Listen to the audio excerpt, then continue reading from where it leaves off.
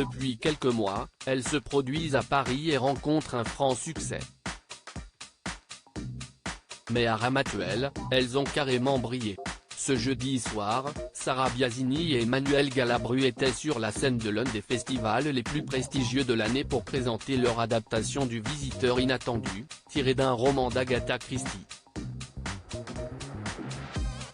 Particulièrement applaudies, elles ont ensuite été félicitées dans les coulisses par les VIP présents dans le public.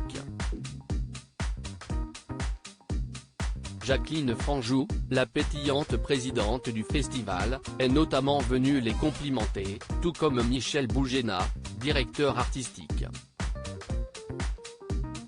Abdelmalik et le réalisateur Radumi Aileanu étaient également présents, tout comme un autre fils d'eux, Romain Sardou, directeur artistique des Plumes de Ramatuelle, qui était accompagné de sa compagne Kim.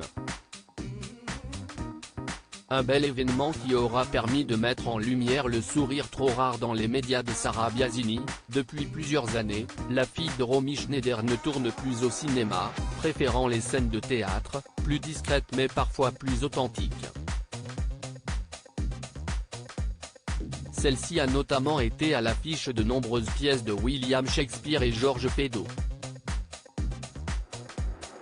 En janvier 2021, elle avait également publié son premier livre, La beauté du ciel, un roman évoquant la relation mère-fille, un sujet très sensible pour elle. En effet, si la jeune femme est devenue maman en février 2018 d'une petite Anna, elle a elle-même perdu sa mère, la grande actrice Romy Schneider, à 4 ans et demi seulement, un drame qu'elle évoque peu mais qu'elle questionne dans ce livre. Interrogée par un journaliste, elle avait notamment raconté la difficulté pour elle de séparer la femme de l'actrice tant appréciée par les Français. Je jongle avec le souvenir que le public a d'elle et mon intérêt unique pour la mère, avait-elle raconté. Avant, je ne cherchais que la mère. Or, c'était très difficile de trouver la mère dans les films. Heureusement, elle a toujours pu compter sur sa famille et ses proches pour lui parler de la femme qui l'ont connue.